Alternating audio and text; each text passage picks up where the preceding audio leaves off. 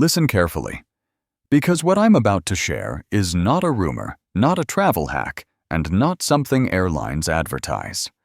Just recently, TSA quietly rolled out new screening rules, and they're already catching millions of travelers off guard, especially during busy travel seasons. If you're over 60 and planning to fly in 2026, this could be the difference between boarding your flight or being stopped at the gate. You walk into the airport confident. You arrived early just like they always told you. Your medications are packed correctly. You even brought a doctor's letter. You did everything right. But here's the problem. Starting January 1st, 2026, 8 major passport and ID rules are changing, and they're being enforced in ways most travelers have never been warned about. These changes don't slowly roll out. They hit all at once. After reviewing over 200 real complaints from senior travelers and speaking with 3 retired TSA supervisors, one thing became clear. There are rules being enforced today that most people over 60 have never heard of. In this video, I'll break down all 8 rules, plus simple checks that can save you thousands of dollars and hours of stress. And pay attention, because rule number 3 alone has caused more seniors to miss flights than all the others combined. Let's begin. Rule number 1. The blank page requirement. The rule: no one checks. This rule has quietly cost senior travelers thousands of dollars simply because no one told them to look for it. A retired couple in their late 60s booked a long-planned trip to Spain. Their passports were valid for years. They arrived early, checked in calmly, and felt confident. At the boarding gate, the airline agent paused, flipped through the passport pages, and shook her head. "I'm sorry you don't have 2 consecutive blank pages. I can't let you board." They were confused. They did have blank pages, just not 2 next to each other. That detail cost them $2,900 in non-refundable tickets. Here's the rule most travelers never hear about. Many countries require 2 completely blank side-by-side passport pages for entry stamps or visas. Scattered blank pages don't count. They must be clean, unused, and consecutive. And here's the part that surprises most seniors. U.S. passports no longer allow extra pages to be added. If your passport book is full, even if it hasn't expired, you must renew the entire passport. What to do before booking any international trip? Open your passport and check for consecutive blank pages. If you have fewer than 4 blank pages total, plan a renewal. Research your destination. Some countries are stricter than others. Quick reminders. Children's passports last only 5 years. Check everyone's passport, not just your own. The single question that protects you. Does this destination require blank passport pages? Ask it every time. Rule number 2. The medication declaration trap. This rule doesn't look serious until it ruins your trip. A 70-year-old woman flying from Atlanta to Alaska packed everything carefully. Clothes, documents, and her daily medications. In her carry-on was a liquid supplement she takes every morning, just over 3.4 ounces. At security, her bag was pulled aside. "Ma'am, this liquid exceeds the limit." She explained it was medically necessary. The agent asked one question she wasn't ready for. "Did you declare it?" She didn't know she had to. The bottle was confiscated. It wasn't expensive, but the consequences were. She spent days of her trip uncomfortable, stressed and scrambling to replace something he should have been allowed to keep. Here's what TSA doesn't clearly advertise: liquid medications over 3.4 ounces are allowed, but only if you declare them before screening. If you don't speak up first, TSA can legally take them. What to do every time. Separate all liquid medications over 3.4 ounces before security. Declare them verbally. I have medically necessary liquids to declare.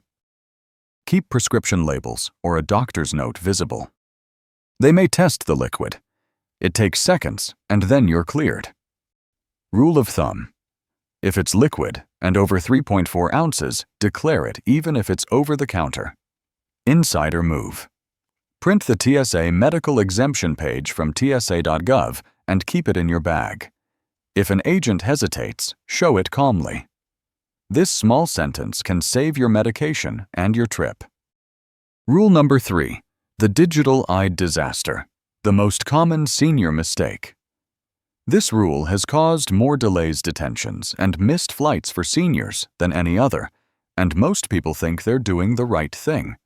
A 72-year-old man traveling through Dallas-Fort Worth Airport felt prepared. His state had just launched digital driver's licenses. He stored his ID in his phone wallet and felt proud of keeping up with technology.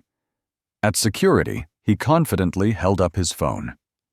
The scanner flashed red. The TSA agent shook his head. "Sir, we don't accept digital IDs at this checkpoint." He didn't bring his physical license. Why would he? The state said digital ID was TSA approved. After a long delay, a supervisor and extra questioning. He was eventually cleared, but his boarding window was gone. He missed his flight. Here's the truth. TSA rarely explains clearly. Digital IDs are accepted only at select airports and select checkpoints. Even TSA calls them a convenience, not a replacement.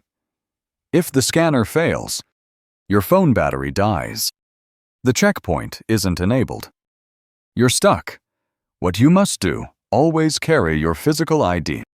Treat digital ID as a backup. Never your primary. Keep your phone charged and screen brightness high. The magic phrase, "If a digital ID fails, I have my physical ID as backup." Say it immediately and hand it over. Insider move. Take a photo of your physical ID and store it in a password-protected note on your phone. It's not official, but in emergencies, it helps verify who you are. Technology is helpful, but at the airport, paper still wins. Rule number 4. The Europe Travel Authorization Trap. This is the rule many seniors don't even know exists until it stops them from boarding. A 71-year-old woman booked a long-awaited trip to Austria. Her passport was valid. Her flights were confirmed. Her suitcase was packed days in advance. At the airport, the airline agent asked a simple question: "Do you have your European travel authorization?" She froze. She had never heard of it. Because starting late 2026, travelers from the US must have prior authorization to enter most European countries, even for short vacations. Without it, airlines are not allowed to let you board. She tried to apply at the airport using public Wi-Fi, paid the small fee, waited. The approval didn't come in time. She missed her flight and lost one full day of her trip. Here's how the system works. This authorization is Europe's version of US pre-screening. Most approvals take minutes, but some take up to several days. What you must do: apply at least 1 week before travel. Keep a screenshot of your approval on your phone. Remember, it's tied to your passport number. If you renew your passport, you must apply again. Rule of thumb. Think of this authorization like TSA PreCheck for Europe. Apply once, use it for years. This step is small, quiet, and easy to miss, but missing it can stop your trip before it even begins. Rule number 5. The European Biometric Border Delay. This rule doesn't cancel your trip, but it can quietly derail it. A couple in their late 60s landed in Amsterdam for a river cruise. They expected a quick passport stamp and a short line. Instead, they were directed to a kiosk. Place your fingers here. Look at the camera. The husband had arthritis. His fingerprints wouldn't register properly. He was asked to try again, and again. By the time the process was finished, they had missed their connecting train. Rebooking fees, stress, a lost afternoon of their vacation. Here's what's changed. Europe has rolled out a new biometric entry system. Every time you enter or exit the Schengen area, your photo and fingerprints are recorded and stored. For travelers with arthritis, hand tremors, limited mobility, the process often takes longer. What you should do: arrive at European airports at least 30 minutes earlier than before. If you have a medical condition, tell the officer immediately. When connecting flights or trains, allow extra buffer time. Once you're registered in the system, future entries are usually faster, but the first time is the slowest. The sentence that helps most: I have a medical condition that affects my hands. Is there another way? Say it calmly. They do have accommodations, but only if you speak up. Rule number 6. The real-eyed enforcement shock. This rule catches seniors off guard because it happens on domestic flights where most people feel safest. A 75-year-old grandmother flying from Ohio to North Carolina arrived early to visit her grandchildren. She handed the TSA agent her driver's license, just like she'd done for decades. The agent looked at it and handed it back. "Ma'am, this ID isn't compliant." "Do you have a passport?" She didn't. Why would she? This wasn't an international trip. She was sent to secondary screening. More questions. More waiting. She eventually got through, but missed her flight and paid to rebook. Here's the rule now, being enforced with zero flexibility. For domestic flights, your driver's license must be Real ID compliant. If it doesn't have the star in the corner, TSA can reject it. No star means delays, extra screening, or a missed flight. What to do right now? Check your license for a gold or black star. If there's no star, bring your passport for domestic travel. Or schedule a Real ID appointment at your DMV. Bring birth certificate, Social Security card, 2 proofs of address. Rule of thumb for travelers over 60. If you fly more than twice a year, use your passport for everything. It's accepted everywhere and avoids confusion. This rule doesn't feel dramatic, but at the airport, it's enforced instantly. Rule number 7. The damaged passport. You can't see. This rule feels unfair because the damage isn't obvious. A 70-year-old man traveling to Canada had a passport that looked perfectly fine. No tears, no water stains, no missing pages. At the gate, the agent scanned it once, then again. "Sir, your passport isn't reading." The problem. For years, he had folded the passport slightly to fit in his jacket pocket. Inside modern passports is an RFID chip embedded in the back cover. Repeated bending slowly breaks the internal antenna, even when the outside looks brand new.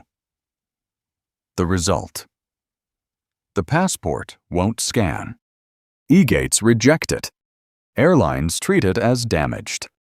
He missed his flight and paid rebooking fees simply because of a problem he couldn't see. Here's what you must do. Never bend your passport. Always store it flat. Check for lifted laminate faded photos or water damage. If you look drastically different than your photo, renew it. Simple test. The next time you're at an airport, try scanning your passport at a self-service kiosk. If it struggles or fails, replace it. Insider move. Use a hard-shell passport holder. It prevents most accidental damage and costs very little. The phrase that can help in a pinch. I'd like to request manual processing while I arrange a replacement. Say it calmly. Rule number 8. The 6-month passport validity trap. This rule ends trips before they even begin. A 67-year-old man booked a long-planned vacation to Japan. His passport didn't expire until early summer. His flight was in February. He thought he was safe. At check-in, the airline agent stopped him. "Sir, your passport doesn't meet the 6-month validity requirement." He explained he would be home in 2 weeks. It didn't matter. Japan, like many countries, requires your passport to be valid 6 months beyond your entry date, not your return date, not the end of your trip. His ticket was non-refundable. The trip was over before it started. Here's the rule: airlines don't highlight. More than 80 countries enforce the 6-month passport rule. Most of Asia, parts of Africa, and several island destinations rely on travelers not knowing this. What to do right now? Look at your passport expiration date. Add 6 months to your travel dates. If it expires within that window, renew immediately. Rule of thumb: your passport should be valid 6 months after you return home, not just while you're traveling. Smart habit: set a phone reminder. 10 months before expiration. That gives you time to renew without stress. The one question that protects you: does this destination require 6 months of passport validity? Ask it every time. None of these rules are complicated, but missing just one can cost you your flight, your money, or your entire trip. Airports won't warn you. Airlines won't slow things down for you. And once you're at the gate, it's already too late. Check your passport. Check your ID. Ask the right questions before you book. Travel after 60 should be about confidence, not surprises. If this video helped you, share it with someone you care about. It might save their next trip.